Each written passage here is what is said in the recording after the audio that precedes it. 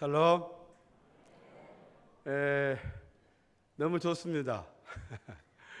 오늘 제가 일부 예배 때 나오신 분들에게는 다른 설교를 했어요. 왜냐하면 사실은 5월 가정의 달이어서 가족과 함께하는 이야기가 있는 예배 이렇게 하고 싶었는데, 또 한편으로는 제가 자주 못 오기 때문에 우리 학생들에게, 청소년들에게, 그리고 우리 어르신들도 요엘서 2장 28절에 보면은 성령이 임하시면 어떻게 된다고 그랬어요? 젊은이들이 이상을 보고 노인은 꿈을 꾸고, 노인은 꿈을 꾼다 그랬어요. 꿈은 어린아이들만 꾸는 게 아니라 우리 나이 드신 분들도 꿈을 꿔야 돼요. 그래서 우리 모두가 꿈을 가지고 희망을 가지고 살았으면 좋겠다. 그래서 오늘 내 꿈을 들으시오 라고 하는 제목으로 설교할 거예요. 창세기 37장 5절로 11절에 있는 말씀이에요. 요셉이 잘 아는 대로, 여러분이 잘 아시는 대로 요셉이 자기가 꿈을 꾸고 그 꿈을 내가 꾼 꿈을 한번 들어보시오 이렇게 이야기하는 거예요. 오늘 우리 아이들 가운데서도 꿈을 꿔가지고, 또 우리 청소년들 가운데서도 꿈은 우리 어른들도 마찬가지예요. 그 가족들이 모여서 내가 이러이러한 꿈을 가지고 있는데, 내가 이런 꿈을 꾸었는데 한번 들어보시오. 그런 가정이, 그런 교회가 되기를 바라면서 오늘 이 말씀을 전합니다. 그런데 사실은 또 다른 의미로 보면 오늘 본문 말씀 11절에 보면은 그의 형들은 시기하되 그의 아버지는 마음에 간직해 두었더라. 그래서 간직해 둔 꿈. 오늘 우리 아이들이, 청소년들이, 젊은이들이 꿈을 이야기하면 야 이놈아 그거 쓸데없는 생각하고 있어, 네 공부나 열심히 해, 이렇게 말하지 마시고 그 꿈을 내 가슴속에, 부모들의 가슴속에 간직해 두고 함께 기도해 줄 수 있기를 소망합니다. 자, 여러분 학교를 왜 갑니까? 교회를 왜 오셨습니까? 우리 학생들 학교 왜 갑니까? 공부하러. 공부합니까? 안 하는 것 같은데. 우리 학생들, 저 중고등학생들 학교에 왜 갑니까? 제가 이런 질문 오늘 하는 것은 우리가 분명한 목적이 있어야 돼요. 교회를 왜 왔습니까? 똑같은 질문이에요. 제가 학교에서 학생들에게 물어보면 이렇게 대답합니다. 너 학교에 왜 왔니? 그 말을 물어볼 때는 공부를 안 하니까 묻는 거예요. 떠드니까 물어보는 거예요. 학교에 왜 왔니? 그러면은 대다수가 엄마가 가라고 해서 왔습니다. 그 엄마 가라고 하면 안 와요. 또 의무 교육이어서 왔습니다. 근데 의무는 이행하지 않으면 어떻게 되죠? 벌칙이 따라요. 그런데 우리 학교 학생들 학교 안 와도 벌칙이 없습니다. 지금 세계의 여러 나라 중에 학교를 가지 않으면 벌칙을 받고 제재받는 나라는 독일밖에 없습니다. 미국도 학교를 안 가도 집에서 홈스쿨링 할 수 있습니다. 우리나라도 마찬가지입니다. 그냥 학교 안 와도 돼요. 우리 아이들 너무 좋아할 거예요. 학교 안 와도, 중고등학생들 특히. 학교를 왜 가는지 분명히 알아야 돼요. 등산을 왜 하냐고 물어봤더니 거기에 산이 있으니까. 맞는 말이죠. 그러나 가만히 보면 아니에요. 등산을 하는 것은 정상을 밟기 위해서, 운동하기 위해서 가는 건 아니에요. 만약에 운동만이 목적이라면 굳이 산을 가야 될 필요가 없습니다. 그냥 오르는 것으로만은 삶의 기쁨과 보람이 없습니다. 뭔가 새로운 삶의 기쁨과 보람을 갖기 위해서 산을 오르는 것입니다. 공부하는 것도 왜 공부하느냐 하고 물어보면 좋은 학교 가려고. 좋은 학교 왜 가느냐? 그럼 뭐예요? 돈 많이 벌려고. 결국은 공부하는 목적이 돈 벌기 위한 거예요. 그렇지 않습니까? 그런가요? 우리 학생들 돈 벌기 위해서 학교 갑니까? 아니죠. 말은 그렇게 하는데 좋은 대학교, 좋은 직장 가기 위해서 공부를 열심히 합니다. 그건 목적이 잘못된 겁니다. 그러니까 우리의 삶이 피폐한 것입니다. 그리고 공부를 잘하면 좋을까요? 여러분 공부한 대로 삽니까? 공부한 대로. 우리 장로님 플레밍의 법칙을 외워가지고 전기를 이용을 해서 열 에너지를 씁니까?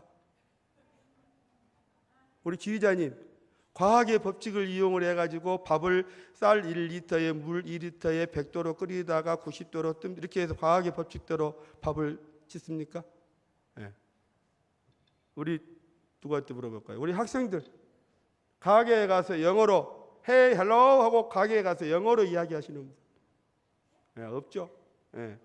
혹시 우리 박 장로님 가게 가서 루트 방정식 이용해 갖고 물건값 계산하십니까?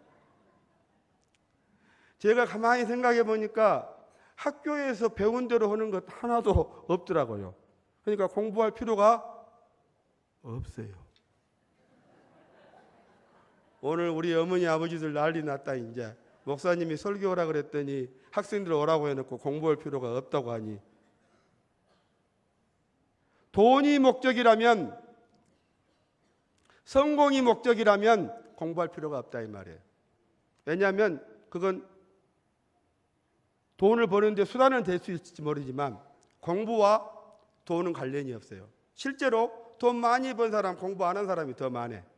확률적으로 공부를 많이 한 사람보다 공부 안 하는 사람들이 확률적으로 훨씬 돈을 더 잘 벌어요. 실제로 그래요.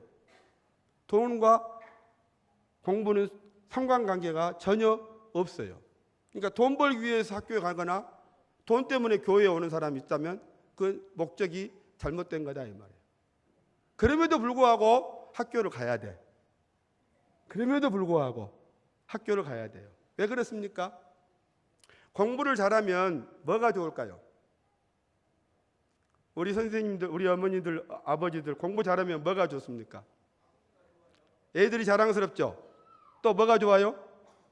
괜찮아요. 오늘은 막 말하셔도 돼요. 공부 잘하면 뭐가 좋아요? 공부 잘하셨던 분 손 들어보세요. 우리 김성훈 장로님 공부 잘하셨을 것 같은데. 공부 잘하니까 뭐가 좋아요? 어머니 아버지가 좋아하죠. 근데 그거 잠깐이죠. 여기에 공부 잘했음 써졌습니까? 여러분 공부 잘한 것은요 40 넘어가면 똑같아져 버려요. 평균화가 돼버려요. 예. 그럼에도 공부를 해야 되는데 공부 잘하면 좋은 게 있어요. 두 가지가 좋아요. 공부 잘하면 칭찬받아요. 인정받아요. 굉장히 중요합니다. 인정받는 거. 여러분 인정받고 싶으면 공부하세요. 인정받으면 자신감이 생겨요. 그런데요 공부 잘하면 더 좋은 게 있어요. 선택의 폭이 넓어져요. 공부 잘하면요 의대 가고 싶으면 의대 가고요, 물리학 공부하고 싶으면 물리학 하고요, 선생님 되고 싶으면 선생님 될 수 있고요, 검사가 되고 싶으면 검사가 될 수 있어요. 공부를 못하면요 어떻게 돼요? 의대 가고 싶어도 못 가요. 교대 가고 싶어도 못 가요. 국어학자가 되고 싶어도 못 해요. 선택의 폭이 넓어져요. 그러면 과연 선택의 폭이 넓으면 삶도 풍성할까요? 여러분 어떻습니까? 선택의 폭이 넓으면 삶도 풍성해집니까? 이런 거 잘 안 들어보셨어요? 여우하고 토끼하고 만났어요. 여우가 토끼에게 이렇게 물어요. 토끼야, 토끼야, 너는 호랑이가 나오면 어떻게 할래? 그러니까 토끼가 나는 할 줄 아는 게 없는데 나는 다리밖에 없어. 그러니까 죽으라고 조랭랑쳐서 36개 도망가는 거야. 이렇게 대답을 했어요. 그러니까 그걸 보고 여우가 이렇게 말해. 어이구 멍충이, 너는 기껏해야 몸 쓰는 것밖에 못하냐. 나는야 너처럼 도망갈 수도 있고 또 나무 위로 올라갈 수도 있고 또 호랑이한테 살짝 해가지고 너보다 더 센 놈이 있어야 그리고 우물가에 데리고 가서 우물에 쳐다보게 할 때 싹 집어넣어버릴 수도 있고 또 야 호랑이에게는 토끼 간이 좋다고 그래가지고 너를 잡아다가 토끼 간을 줄 수도 있고 이러는 찰나에 호랑이가 나타난 거예요. 그러니까 토끼는 죽으라고 도망갔어요. 그런데 여우는 어떻게 됐어요? 이럴까 저럴까 하다가 잡혀 죽었다라는 이야기. 선택의 폭이 많다고 반드시 성공하는 것은 아닙니다. 그러니까 나는 환경이 좋지 않다고 좌절할 필요가 없어요. 한 가지밖에 하는 것이 없다고 좌절할 필요가 있어요. 뛰는 것만 잘해도 살 수가 있는 거예요. 공부를 잘하면 좋기는 하지만 공부하는 진짜 목적은 다른 데 있습니다. 우리가 공부와 돈하고 상관이 없고 공부 잘한다고 성공하고 행복한 삶을 사는 건 아니에요. 다만 공부를 해야 되는 이유는 세 가지 때문에 하는 거예요. 잘 들으세요. 공부를 해야 하는 이유. 첫 번째, 아는 만큼 누린다. 뭐라고요? 예. 우리 옛말에 알아야 면장을 한다 그랬어. 면장을 너무 우습게 봐요. 면장 지금 5급 공무원이에요. 엄청 어려워요. 그런데 이 면장, 알아야 면장을 하는 거예요. 알아야 뭘 할 수가 있어요. 핸드폰이 있어도 전화밖에 못하는 사람이 있어요. 게임도 못하고 사진도 전송을 못하고 음악을 듣지 못해. 그런데 아무리 좋은 기계가 있어도 활용을 못하면 그건 소용이 없죠. 예. 그러니까 아는 만큼 누려요. 영어를 알면요, 영어로 된 책을 읽음으로써 또 다른 세계를 알 수가 있어요. 그만큼 아는 게 삶의 지경이, 삶의 폭이 넓어지는 거예요. 풍성해지는 거예요. 그러니까 많이 알면은 많이 누리는 거예요. 근데 많이 있다고 많이 누리는 건 아니에요. 우리 학생에게 물어보겠어요. 학생회장 손 들어보세요. 학생회장, 중고등부 학생회장. 오케이. 영어 알파벳이 몇 개예요? 26개. 가르쳐줄게. 영어 알파벳이 몇 개예요? 26개. 예. 공부 잘하는 사람 영어 알파벳 몇 개 할까요? 26개. 공부 모든 사람 알파벳 몇 개 할까요? 26개. 똑같이 가졌어. 많이 가졌다고 잘하는 건 아니에요. 공부 잘하는 사람은 영어 스페링을 섞어놔도 다 뜻을 알아. 근데 공부를 못한 사람은 조금 순서 바꾸면 몰라버려. 똑같이 26개를 알지만. 요리를 못한 사람들은요, 시간은 많이 걸리고 맛은 없고 돈은 많이 들고 손가락 다치고 시간은 많이 걸려요. 요리 잘하면요, 대충 쭈물럭쭈물럭 해도 맛있고 시간도 안 걸리고 다치지도 않아. 어지럽히지도 않아요. 이게 실력이에요. 공부는 그런 실력을 키우는 거예요. 두 번째로는요, 공부를 왜 하느냐? 사람답게 살기 위해서. 여러분, 학교에서 인성교육 그러는데 인성교육 할 수가 없어. 늦게 와도 때리지를 못해. 머리를 파마를 해도 때리지를 할 수가 없어. 옷을 짧게 입어도 할 수가 없어. 왜? 말을 안 들어. 징계를 내릴 수가 없어요. 인성교육이 되겠어요? 안 되겠어요? 안 돼요. 인성교육이 중요하다고 하는데 안 되는 거예요. 영어 수학은 잘하는데 예의가 없어요. 왜 그래요? 인성교육이 안 된 거예요. 그럼 공부를 잘 못한 것이죠. 공부는요, 사람 공부예요. 사람 공부는 뭐예요? 사람답게 사는 거예요. 그러니까요, 학생들 잘 들으세요. 사람답게 살기 위해서 공부하는 것이지 돈 벌기 위해서 하는 거 아니에요. 두 번째로 사람답게 산다는 이야기는 사람을 사귀는 거예요. 중고등학교 때 친구가 많아야 돼요. 친구를 많이 사귀면 그게 실력이에요. 여러분, 내가 아프다고 내가 직접 가서 이빨도 치료하고 코도 수술하고 눈도 수술하고 내가 맹장 수술을 할 수 있어요? 없어요? 없어요. 어디로 가야 돼요? 병원에 가야 돼요. 근데 어디로 갈까요? 병원을? 아닌 병원에 가야 돼. 아닌 병원에 가면 잘해줘. 그러니까 친구가 많으면 돼. 영어 못하면 영어 잘한 친구 두면 되는 거예요. 내가 굳이 영어 잘할 필요가 없어요. 그러니까 사람을 잘 사귀면 되는 거예요. 친구들을 잘 사귀면 돼요. 장사하는 사람도 친구가 많은 사람이 장사가 잘 돼요. 제가 언젠가 말씀드렸죠. 공부와 아부는 언제 한다? 평소에 해야 돼요. 평소에 안녕하세요, 잘 계셨어요, 식사는 하셨어요, 어떻게 지내세요, 이렇게 하는 사람이 사업에 성공을 해요. 그런데 어쩌다 전화해갖고 저 누군지 알겠어요? 어떻게 알아? 모르지. 하나님과의 관계도 마찬가지예요. 평소에 하나님하고 연락을 잘 하는 거예요. 와이파이가 터진지 안 터진지는 굉장히 관심이 많으면서 하나님과 나와의 와이파이는 연결되지 않는 사람, 배터리의 용량에 대해서는 굉장히 관심이 많으면서 내 영혼에 대해서는 관심이 없는 사람, 문제가 있는 거예요. 세 번째 공부하는 이유, 가장 큰 공부, 이것은 교회에 오는 이유와 똑같아요. 여러분, 교회를 왜 왔습니까? 잘 살기 위해서 온 거죠. 공부하는 이유, 잘 살기 위해서 온 겁니다. 잘 살기 위해서 어떻게 해야 됩니까? 교회에서 꿈을 꾸는 겁니다. 학교에 가는 가장 큰 이유는 뭐냐? 꿈꾸러 가는 겁니다. 국어를 배우면서 내가 시에 대한 감각이 있는지 없는지, 음악을 배우면서 내가 음악적 감각이 있는지 없는지, 체육 시간에 운동을 하면서 내가 어떤 체육의 특기를 가지고 있는지, 예? 또 미술을 보면서 내가 어떤 미적 감각을 가지고 있고 표현할 수 있는지, 과학적인 능력이 있는지, 이걸 모든 과목을 통해서 내가 잘할 수 있는 것을 찾아내는 거예요. 그게 꿈을 찾는 거예요. 중고등학교의 과정은 전공하는 게 아니에요. 내가 무엇을 잘할 수 있을까? 아, 내가 국어를 잘하네. 그러면 국문과 가야죠. 내가 영어에 관심이 있는데 그러면 영문과 가야죠. 내가 가르치는 데 소질이 있대 그러면 교대나 사대 가야죠. 그걸 찾는 거예요. 무작정 공부 잘하면 의대 가고 그다음에 어디 가고 이렇게 하는 게 아니라 내가 잘할 수 있는 게 뭔가 꿈을 찾으러 가는 거예요. 여러분 교회를 왜 옵니까? 교회 오는 이유가 성경에 나와 있어요. 누가복음 4장 18절에 가난한 자에게 복음을, 포로된 자에게 자유를, 눈먼 자에게 다시 보게 함을, 그 다음에 눌린 자를 자유롭게.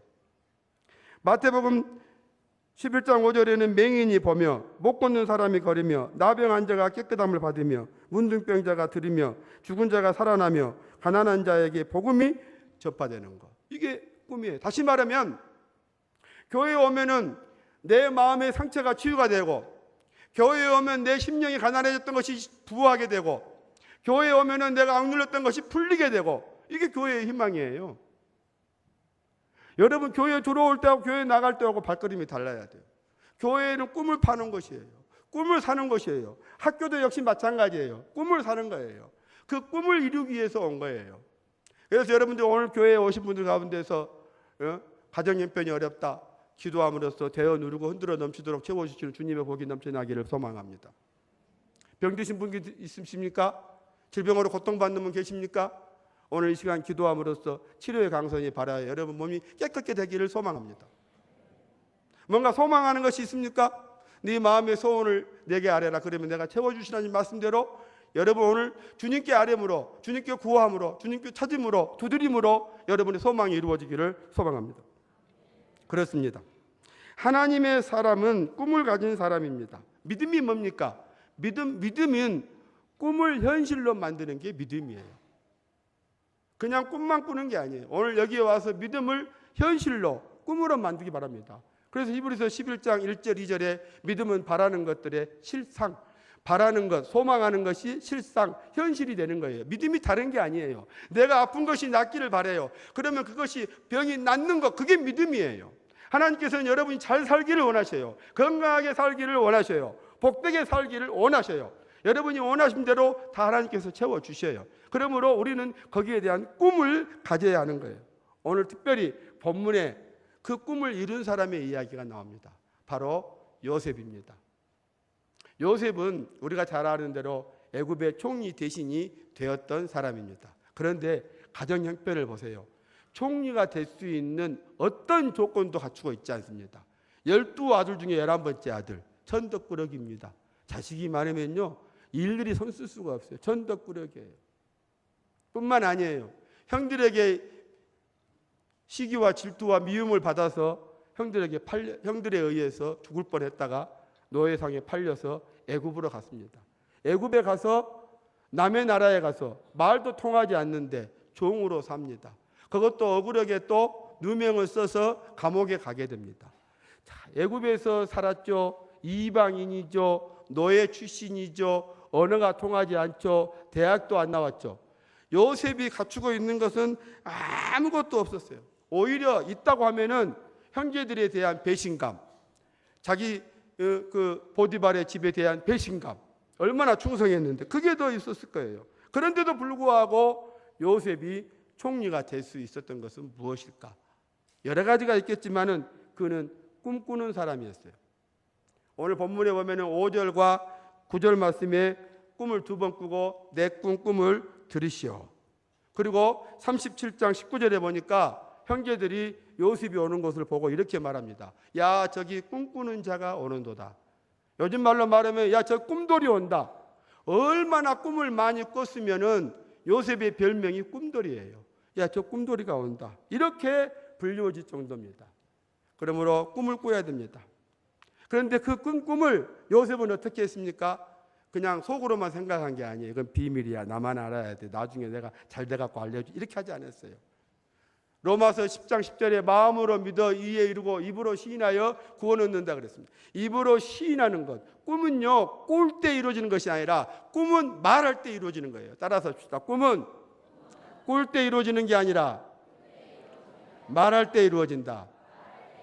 그렇습니다. 그러므로 자꾸 꿈을 말하대요. 말을 하면요 사람들이 싫어해. 저놈이 나보다 더 성공하네. 저놈이 나보다 더 잘 된다고. 오늘 식구들도 그랬어요. 네가 나를 다스린다고? 무슨 소리야? 이렇게 형들이 미워하고 가족들이 미워할 수 있어요. 그러나 꿈은 말하는 순간 손해를 본다고 할지라도 그래도 말을 해야 됩니다. 그래야 이루어집니다. 그리고 그 꿈을 간직해 두었던 부모님이 계셨습니다. 형들은 시기하되 그의 아버지는 그 말을 간직해 두었다. 다시 말하면 응원해주고 기도해주는 후원자가 있었다는 이야기입니다. 이 요셉은 총리가 될 수 있는 어떤 특별한 장점이나 재능이나 특기나 기질이나 이런 걸 가진 사람이 아니었습니다. 우리와 똑같은 사람이었습니다. 그럼에도 불구하고 그는 총리가 될 수 있었습니다. 오히려 요셉은 우리에 비하면 형편없고 힘이 없고 억울한 사람입니다. 그럼에도 불구하고 총리가 될 수 있었다면 오늘 우리들도 이 중에 유엔 사무총장도 나오고 대통령도 나오고 나라를 이끌어갈 수 있는 위대한 지도자들이 나는 나올 줄로 믿습니다. 아멘. 아멘 한 사람 다 될 거예요. 네. 위대한 사람들이 나올 줄로 믿습니다. 그래서 오늘 이 시간 그 요셉이 총리가 되어가는 그 과정을 통해서 거기에서 믿음의 법칙, 우리의 꿈이 이루어지는 꿈의 법칙을 몇 가지 찾아서 함께 나누고자 합니다. 첫 번째, 요셉은 꿈을 가지고 있었습니다. 꿈은 드림이 아닙니다. 우리는 흔히 꿈, 드림, 뭔가 환상적이고 뭔가 획기적인 뭐가 이루어질 것 같은데 드림이 아니에요. 드림이 필요하다면 세 가지만 필요해. 드림, 환상이 아니라 다 드림, 더 드림, 엎드림, 이것만 필요해. 이거 하면은 성공하는 사람이 돼. 그런데요, 꿈이 뭡니까? 자, 꿈이 뭡니까? 그러면 드림이 아니라 그랬어요. 꿈이 뭐예요? 우리 어르신들 꿈이 뭡니까? 꿈은 비전입니다. 비전이 뭡니까? 냄비 이름인데요. 그 비전 냄비가 있더라고요. 비전이 뭡니까? 그럼 다시 또 꿈이라고 할 거죠. 비전은 뭘까요? 여러분 집에 다 비전 있어요? 없어요? 다 있잖아요. 텔레비전. 그게 비전입니다. 텔레라는 말은 전선을 통해서 전파를 통해서 온 것이 텔레예요. 텔레폰 뭐 이렇게. 그러니까 그걸 빼고 나면 비전이에요. 근데 비전이 안 보이면 텔레비전이 안 비전이요. 텔레비전 안 보이면 돼요, 안 돼요? 안 되잖아요. 그건 비전이 아니에요. 안 비전이요. 비전은 텔레비로 보는 것처럼 생생하게 볼 수 있어야 돼요. 그냥 어영부영이 아니에요. 꿈이라고 하는 것은 내가 볼 수 있어야 돼요. 오늘 요셉이 꿈을 봤어요. 생생하게 봤어요. 11단이 내 단을 향해서 절을 하는 거예요. 또 해와 달과 11별이 요셉을 향해서 절을 하는 거예요. 생생하게 그림을 보듯이 비디오를 보듯이 텔레비전을 보듯이 본 거예요. 비전은 바로 그거예요. 여러분 이루고 싶은 것이 비전이죠. 그 비전을 그냥 막연하게 내가 의사가 되겠다 이거 아니에요. 내가 직접 의사가 되어서 치료하는 것을 내 그림으로 볼 수 있어야 돼요. 여러분 텔레비전에 나오는 의사가 여기다 의사, 수술 중 써갖고 나옵니까? 아니죠. 진짜처럼 하잖아요. 그게 비전이에요. 그리고 비전은요, 오늘 요셉에게 보여준 비전은 요셉이 지가 나는 지도자가 되는 꿈을 꿔야지 누워서 꿈을 꿨습니까? 따라서 하세요. 잠자면서 꾸는 꿈은 개꿈, 공부하며 꾸는 꿈은 비전. 잠자면서 꾸면 안 돼요. 오늘 이 요셉이 꾼 꿈은 자기가 꾼 게 아니에요. 하나님이 보여주셨어요. 진짜 비전은 뭐냐? 내가 꾸는 게 아니에요. 하나님이 보여주신 거예요. 하나님이 여러분 각자에게 DNA를 다 심어놨잖아요. DNA가 뭐예요? 여러분에게 여러분 내가 음악을 시켜야지, 얘는 내가 노래를 시켜야지, 쟤는 체육을 시켜야지, 얘는 과학자를. 하나님께서 DNA를 심어놓으셨어. 그 심어놓은 DNA를 내가 공부를 통해서 찾는 거예요. 그게 비전이에요. 그 비전을 찾아내는 사람이 성공하는 거예요. 중고등학생 잘 들으세요. 학교 가서 무작정 선생님이 시키는 대로 하는 것이 아니라 여러 교과목 속에서 하나님께서 나에게 심겨준 DNA가 뭘까? 내게 심어준 꿈의 DNA가 뭘까를 찾아내는 게 그게 공부예요. 그래서 그 DNA를 찾아가지고 적어놓는 거예요. 적어놓는 거예요. 꿈은 찾아서 기록해야 돼요. 그걸 무슨 법칙이라고 하냐면 따라하겠습니다. 적자생존의 법칙. 원래 적자생존은 적응하지 못하면 도태해서 망하는 걸 적자생존이라 그래요. 근데 내가 말하는 적자생존은 적는 자만 산다는 뜻이야. 지금도 몇 사람은 적고 있어. 근데 어떤 사람은 전혀 상관이 없어. 학교에서 잘 보면 누가 공부 잘하냐면 선생님 노트 필기 잘하는 사람이 공부 잘해. 누가 살림 잘했냐면 살림이 정리가 잘 된 사람이 살림 잘해. 근데 보면요, 막 설거지가 쌓여 있고 옷이 몇 개씩 쌓여 있고 이런 집은 하나님께 복 받을 생각하지 마세요. 하나님께 복 받으려면 정리정돈이 잘 돼야 돼. 하나님은 무질서한 하나님이 아니셔. 그러니까 적어야 돼요. 적은 것의 95%가 다 이루어진다고 존 맥스웰이라는 사람이 연구를 해봤어요. 우리가 꿈을 적으면 이루어지는 거예요. 그래서 적으세요. 여러분 데모를 하더라도 여기다가 월급 많이 줘 하고 적어갖고 데모를 해야지. 그냥 월급 줘 안 줘. 여러분 부엌에다가 적어놓으세요. 여러분 차 앞에다 적어놓으세요. 자녀들의 기도 제목을 적어놓으세요. 적는 사람만이 살아납니다. 이것이 성공하는 비결이에요. 여러분 붕어빵을 만들려면 뭐가 먼저 있어야 돼요? 붕어빵 틀이 있어야 돼. 붕어빵 틀이 없이는 붕어빵을 만들 수가 없어요. 여러분이 성공하고 싶으면 먼저 꿈이라고 하는 걸 가져. 그 꿈이 뭐냐? 틀이에요. 큰 붕어빵을 먹고 싶으면 붕어빵 큰 틀을 만들어야지. 요만한 거 만들어 놓고 붕어빵 큰 거 먹으려고 하면 안 돼.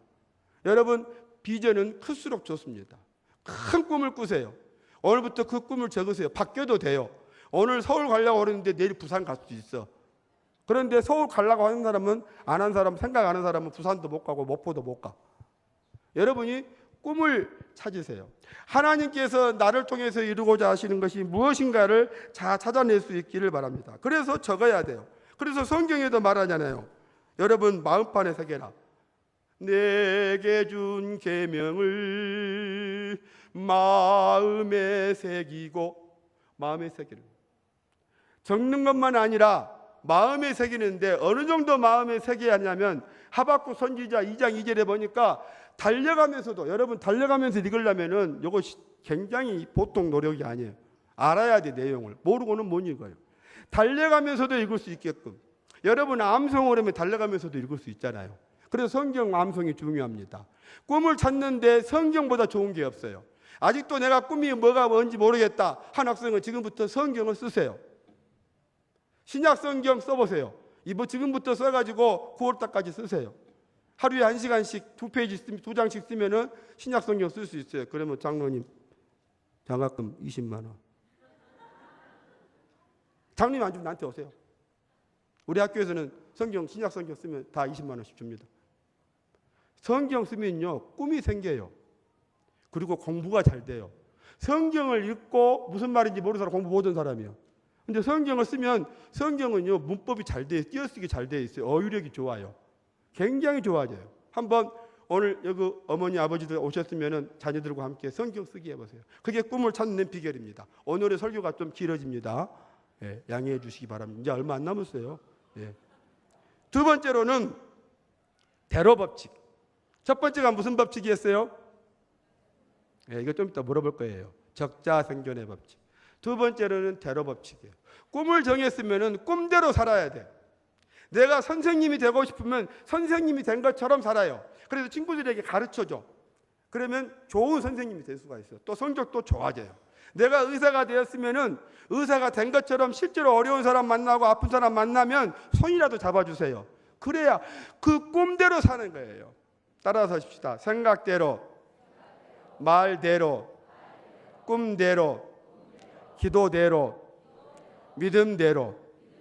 성경은요 하나님이 보여주신 대로 된 게 성경이에요. 모세가 하나님께서 말씀하신 대로 다 이루었다 그랬어요. 여호수아서에 보니까 하나님께서 말씀하신 것을 하나도 이루지 못한 것이 없더라. 성경에서 말씀하신 대로 한 거예요.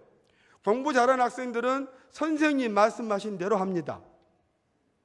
공부 못하는 학생은 선생님이 시키는 대로 안 합니다. 시키는 대로 하는 사람이 복 받는 사람입니다. 주님이 시키는 대로 하시는 분이 복 받는 사람입니다. 예수님께서 첫 번째 기적을 일으킨 가나의 혼인잔치에 가서 하인들에게 말합니다. 무슨 말씀을 하시든지 그대로 하라. 하인들이 영문도 모르고 물을 갖다가 항아리에 집어넣습니다. 이번에는 그것을 퍼다가 다시 손님들에게 줍니다. 그런데 그것이 물이 변하여 포도주가 되었습니다. 시키는 대로 했더니 기적을 체험한 겁니다. 대로법칙입니다. 여러분, 하나님의 말씀대로 살려고 하시고, 하나님의 말씀대로, 부모님의 말씀대로, 선생님의 말씀대로, 성경이 시키는 대로 하려고 한번 해보십시오. 그래서 여러분들이 오늘 이 시간 믿고 구한 것은 받은 줄로 믿고, 말도 바뀌어야 됩니다. 생각도 바꿔야 됩니다. 기도도 바꿔야 됩니다. 믿음도 바꿔야 됩니다. 그게 대로법칙입니다. 왜냐하면 믿음대로 이루어지기 때문에 그렇습니다. 뽕나무 들어 바다에 신규라면 바다에 신규어져. 그 믿음대로 되는 거예요. 믿음이 바뀌어지지 않으면 안 되는 거예요.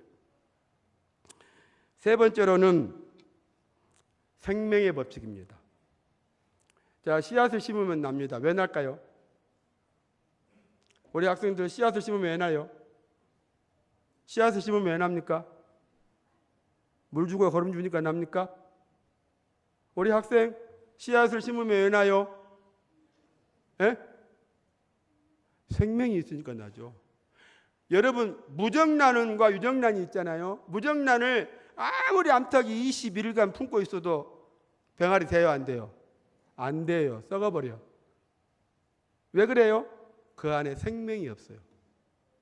여러분, 꿈에도 생명이 있습니다. 우리 어렸을 때 이거 많이 했잖아요. 감자에 잎이 나고 싹이 나고 싹싹싹. 이게 생명의 법칙이에요. 성경에 나왔어요. 마가복음 4장 26절인가 그 이후에 보면은 하나님의 나라는 이 씨 뿌리는 것 같은데, 씨를 뿌렸는데 언제 자고 일어났는데 알도 모르게 싹이 나고, 그 다음에 거기서 잎이 나고 줄기가 나오고 마지막에 열매가 엿는다.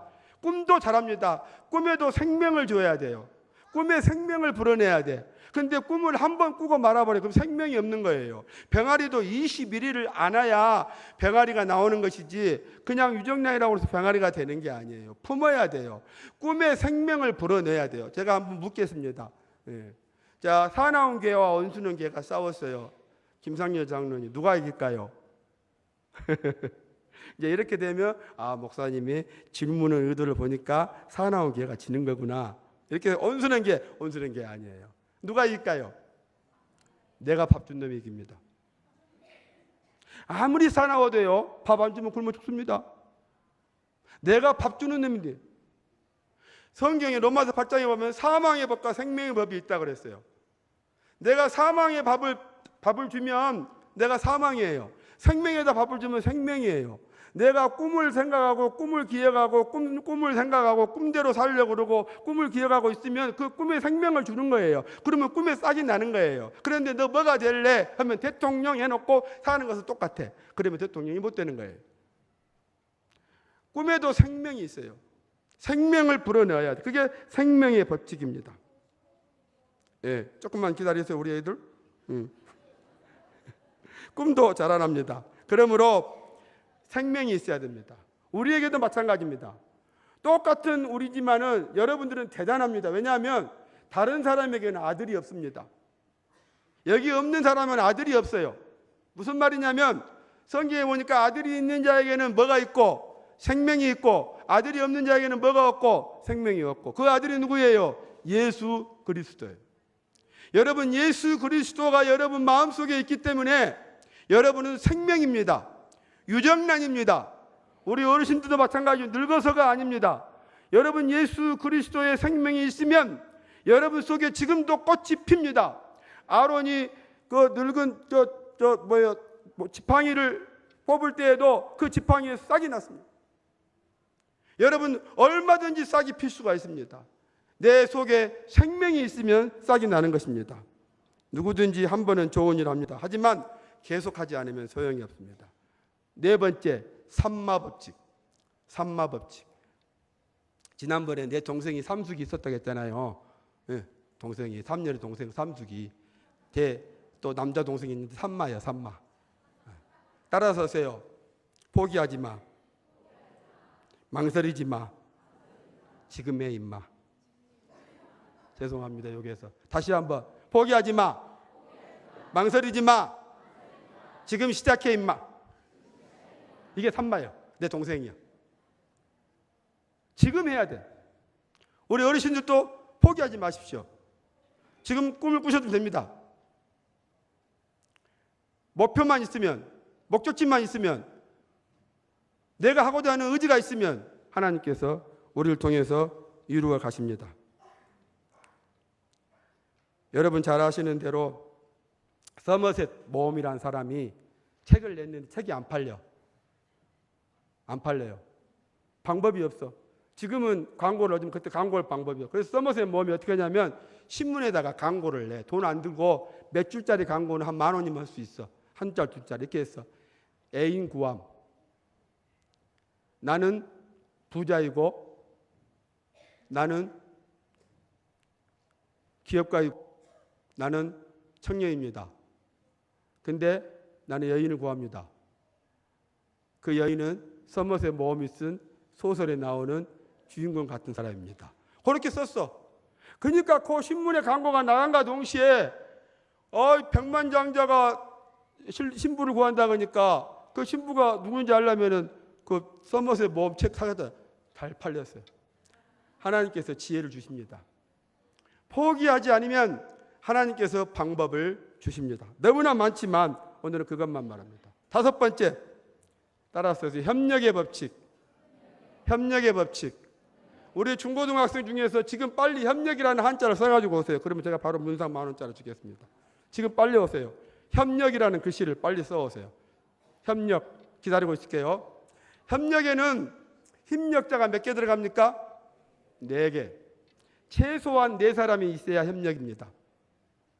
중풍병자가 나을 수 있었던 것은 중풍병자의 믿음도 있었지만 중풍병자를 불쌍히 여긴 누가 있었어요? 4명의 친구가 있었어요. 그 4명의 친구가 침상에 친구를 눕히고 갔는데 앞에 사람들이 많아서 들어갈 수가 없어. 이쯤 됐으면 친구로서의 역할은 다 한 거예요. 그런데 친구들이 포기하지 않아요. 뒤로 가요. 뒤로 가니까 사람이 없어. 사다리를 놓고 올라가서 지붕을 뚫어가지고 예수님 앞에 내려놓으니까 중풍병자도 대단하지만 그 중풍병자를 예수님께 데리고 온 그 친구들의 믿음을 보시고 어떻게 합니까? 중풍병자를 낫게 해줘요. 일어나 걸으라. 걸어버려요. 이게 협력의 법칙이에요. 아까 아버지가 꿈을 간직해 두었다 그랬죠. 여러분 청소년들이 꾸는 꿈, 또 반대로 우리 어르신들을 둔 부모님을 둔 우리 청년들 또는 젊은 중장년들 부모님들에게도 꿈을 가지게 하세요. 그 꿈이 무엇인가를 들어드리세요. 그리고 그 꿈을 위해서 기도해 드리세요. 응원해 드리세요. 간직해 주세요. 우리 아버지의 소원은 뭐다? 우리 아버지의 소원은 책을 내는 것이다. 자서전을 내는 것이다. 우리 아버지의 소원은 마지막 때 이렇게 사는 것이다. 들어주세요. 그리고 그것을 기억하세요. 응원해 주세요. 여러분 응원을 왜 합니까? 여러분 응원자 없이 운동하면 재미 하나도 없어요. 보지도 않아요. 그런데 응원을 왜 합니까? 응원을 해줌으로써 다 같이 한 팀이 되어서 협력이 되는 것입니다. 그게 협력의 법칙입니다. 그런데 이 협력이 썼어요. 얼른 오세요. 얼른 나오세요. 네. 나도 준비해야지. 얼른 빨리 나온 사람. 대학생이요. 중고등학생 먼저 하고 대학생이요. 대학생이었구나. 예.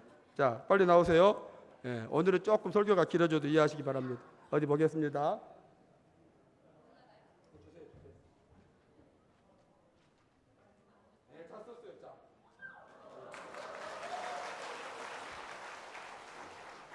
땡 잡았다. 좀 이따 또 받은데. 예. 자, 협력 보면은 십자가가 있고 협력자 3개가 있고 또 역자가 있죠. 자, 여러분 아무리 사람이 도와줘도 앞에 더하기의 삶이 없으면 협력이 아닙니다. 십자가가 아니면 우리를 도우실 리가 없습니다.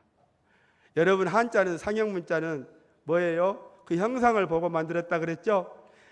그냥 만들어지는 게 아니에요. 협력. 십자가를 내우고 힘이 합쳐져 4명이 있어야지 십자가 없이 친구만 있으면 그 친구가 나를 배신할 수 있어요. 여러분 아침 일찍 일어나면 늦게 누우며 수고의 떡을 먹는다고 할지라도 하나님이 함께 하시지 않으면 모두가 헛살하는 이야기예요. 그러므로 하나님을 믿으시기 바랍니다. 하나님을 의지하시기 바랍니다. 그게 바로 진정한 후원자를 얻는 길입니다. 주님을 앞세우는 사람, 창세기 39장 2절 3절에 보니까 요셉이 성공을 했지만은 요셉이 성공한 가장 큰 이유는 꿈이 있어서도지만 하나님이 그와 함께 하심으로 형통케 하셨다 그랬어요. 결국 요셉이 총리가 된 것은 하나님 덕분이었어요. 하나님이 함께 하신 거예요. 하나님을 앞세우는 사람, 더하기를 하는 사람이에요. 우리의 삶이 더하기의 삶이 되시기를 바랍니다. 마지막입니다. 오기의 법칙. 오기의 법칙. 오기 따라서 쓰세요. 기억하고, 기대하고, 기도하고, 기뻐하고, 기다리자. 그러면 뭐가 일어나요? 기적이 일어나요. 이게 오기예요. 다시 한번 합니다. 기억하고. 뭘 기억해요? 하나님의 약속을 기억하십시오.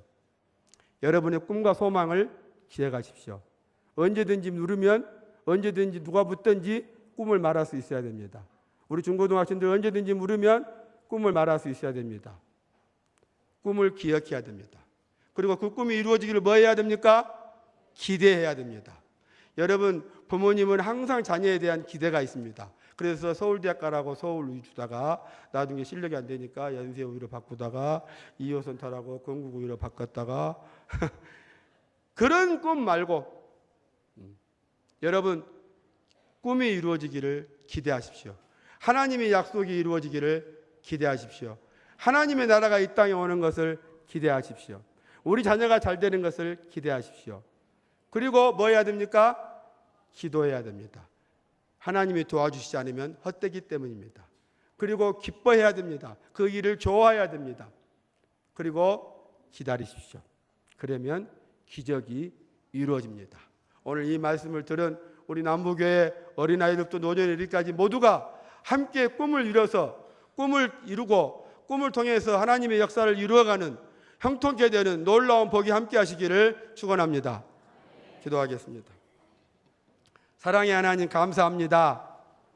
오늘 우리 온 세대가 한자리에 모여서 함께 꿈을 이야기하고 꿈을 기억하고 꿈을 기대하고 꿈을 위해 기도하고 또 우리가 꿈을 기뻐하며 기다림으로써 기적을 체험하기를 소망합니다. 늦었다고 포기하지 않게 하시고 이제부터라도 요셉이 하나님의 말씀을 통하여 비전을 보았던 것처럼 우리에게도 오늘 성령의 능력으로 함께해 주셔서 이상을 보게 하시고 꿈을 보게 하시고 환상을 보게 하시고 비전을 보게 하여 주옵소서. 아멘. 비전대로 사는 저희들 되게 하여 주옵소서. 아멘. 예수님의 이름으로 기도드리옵나이다. 아멘.